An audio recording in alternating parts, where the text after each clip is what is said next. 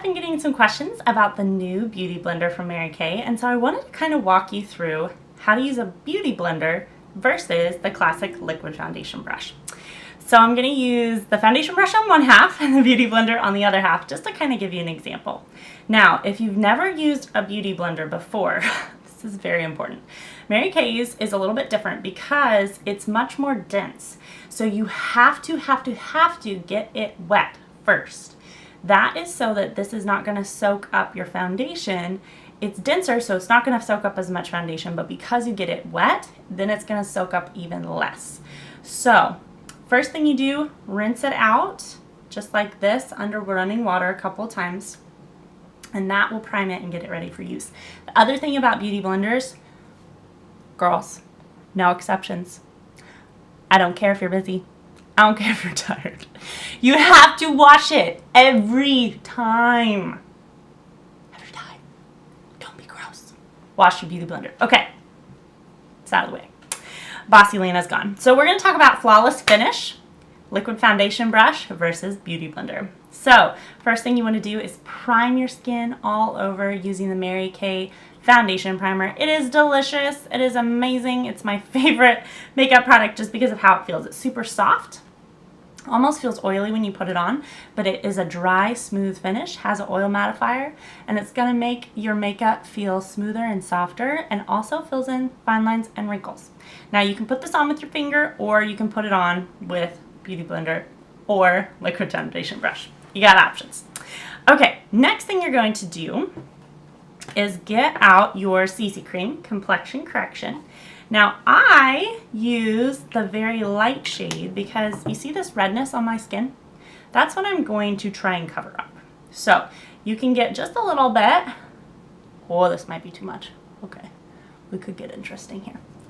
And with this liquid foundation brush, it's a little bit unlike other foundation brushes out there because you can actually swirl like that to blend around, because this is made to blend.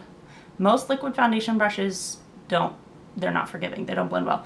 But this has bristles that are at different lengths, and that's the magic behind this foundation brush.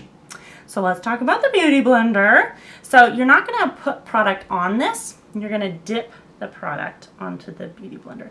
Now, the little tip guy is best for around your eyes. And then you can use the bottom of it for around the rest of your face. So it does do the finish a little bit differently than the brush. I feel like this is better for layering than for getting not a lot of product on. I think that if you want a heavier coverage, use the Beauty Blender. If you want a lighter coverage, use the brush. So, okay, I've put on my CC cream, blended it in. Now what that does is it just gives me a simple base coat. Helps with the redness reducer, anti-aging, luminosity, a little bit of sunscreen. This does like bajillions of things, okay? And it's a light coverage. So then I'm going to take, and I use Mary Kay's Luminous Foundation in Beige 4. Now I'm going to take a little bit on the brush. It does not take very much, okay?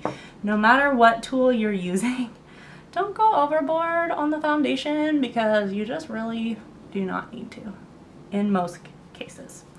The goal is to have really healthy, great skin, so you don't need a ton of foundation to cover it. So this is just give you a little extra coverage. Be careful around your eyes, you can blend like that.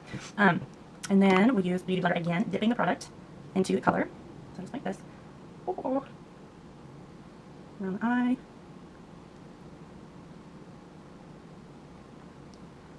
Now I am ending up using more product with the Beauty Blender. That's just largely because there's more surface area on the blender than the brush.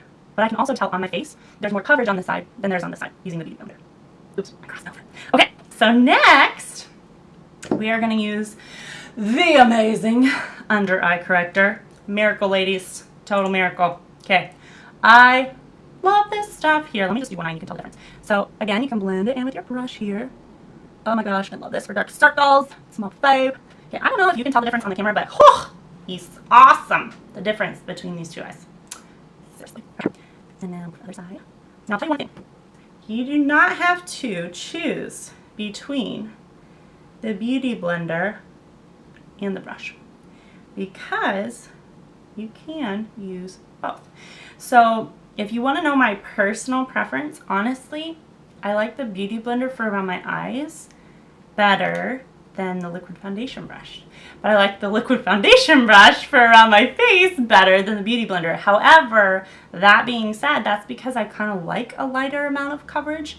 But if I'm going to do photos or something like that, I'll be more likely to use a Beauty Blender so I can get a really good layered coat of foundation and all that stuff, just to make sure that nothing is showing through. So hopefully that's helpful, gives you some ideas. And again, when you are going for the perfect finish on your foundation, you start with foundation primer, pop on your beautiful complexion correction CC cream, add foundation of your choice, and then under eye corrector, ladies. We also have concealers if you need them, and don't forget the incredible, the magnanimous makeup finishing spray.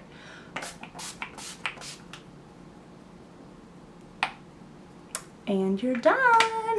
Have a great day, ladies, and enjoy perfecting your makeup finish.